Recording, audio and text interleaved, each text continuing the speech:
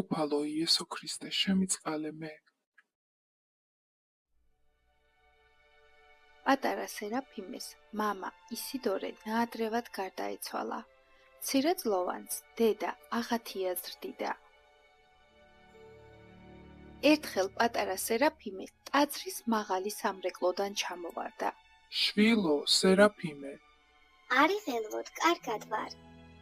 მადლობა უფალს. დიდება უფალს, თავის რჩეულთ იფარავს. რამდენიმე ხნის შემდეგ პატარა სერაფიმე დასნეულდა. დედა ღელავდა, რადგან ყრმა სასიკვდილო სენით იყო დაავადებული. ამ დროს ყმაწვილმა სიზმარში ღვთისმშობელი იხილა. სერაფიმე, მე განგგურნა.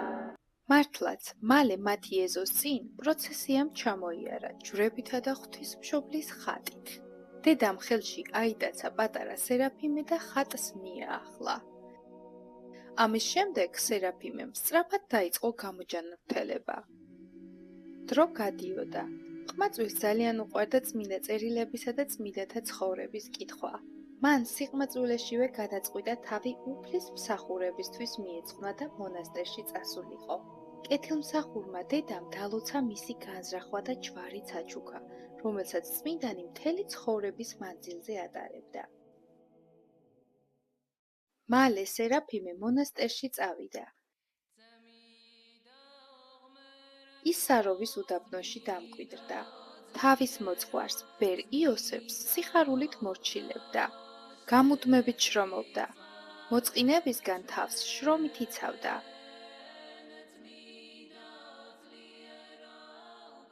ცოტა ხნის შემდეგ სერაფიმე ტყეში განმარტოვდა და ლოცულობდა. ახალგაზრდა მორჩილი წყალმანკით დასნეულდა. მთელი სხეული გაუსივდა და საშინლად იტანჯებოდა. ის ექიმს არ იკარებდა. მე სულისა და ხორცის ჭეშმარიტ მკურნალს, ჩვენს უფალს იესოს და მის ყოვლადწმინდა დედას მარიამს ვარ მინდობილი. მაშინ სერაფიმემ ზიარება მოითხოვა და ამ დროს მას ღვთისმშობელი პეტრე მოციქულისა და იოანე ღვთისმეტყველის თანხლებით გამოეცხადა. ყოვლადწმინდამ კვერთხით შეეხო სნეულს და განკურნა მისი წყლულები. ყმაწვილმა საროვის სავანეში 8 წელი დაჰყო მორჩილად. შემდეგ კი ბერად აღიკვეცა. ერთხელ წმინდანს აღდგომის მარხვის დიდ ხუთშაბათს თავად უფალი გამოეცხადა საღვთო ლიტურღიაზე. წმინდა სერაფიმემ დაბურულ ტყეში თავისი კელიის მახლობლად ბოსტანი მოაწყო, ფუტკარიც მოაშენა. ლუკმაპურ საკუთარი შრომით მოიპოვებდა, მაგრამ ძალიან ცოტა სჭამდა. ოთხშაბათსა და პარასკევს კი საერთოდ არაფერს იხმევდა. წმინდას ხშირად სტუმრობდა დიდი დათვი. ის მას თავისი ხელით აჭმევდა პურის ნატეხებს. სერაფიმეს უამრავი მომლოცველი სტუმრობდა. ამის გამო მას მყუდროება დაერღვა. შესაბამისად, წმინდანმა აკრძალა მასთან მისვლა. მისი ლოცვით მოხდა სასწაული. თავის კელიასთან მისასვლელი გზა 100 წლოვანი ფიჭვების მსხვილი ტოტებით გადაიხლართა. ახლა მხოლოდ ფრინველები და მხეცები თუ აღწევდნენ წმინდა მამის კელიამდე. წმინდანს ძალზე ძლიერ ებრძოდა ეშმაკი. ის ცდილობდა დაეფრთხო ბერი ბოროტი აზრებით.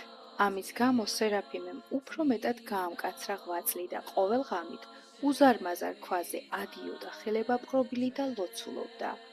უფალო, შემიწყალე მეცოდვილი. ასე ლოცულობდა წმინდანი 1000 დღე ღამის განმავლობაში. ერთხელ ბერს ყაჩაღები დაესხნენ თავს და ფული მოსთხოვეს. მათ სასტიკად გვემეს წმინდა მამა, თავი გაუტეხეს, ნეკნები ჩაუმტრიეს. შემდეგ კი შეკრეს და მდინარეში აპირებდნენ გადაგდებას. მაგრამ იხილეს რა მისი ღარიბული კელია, რომელშიც ხატი და რამდენიმე კარტოფილი იყო, განერიდნენ მას. წმინდანის საშინელი ჭრილობებისგან ღვთისმშობელმა განკურნა გამოცხადებით. ამის შემდეგ სერაფიმე მუდამ წელში მოხრილი დადიოდა. წმინდა მამამ შეუნდო ყაჩაღებს შეცოდება და ითხოვა უფლისგან, რომ არ დაესაჯა ისინი. სიცოცხლის ბოლო წლებში ის უამრავ მომლოცველს იღებდა და ჰკურნავდა.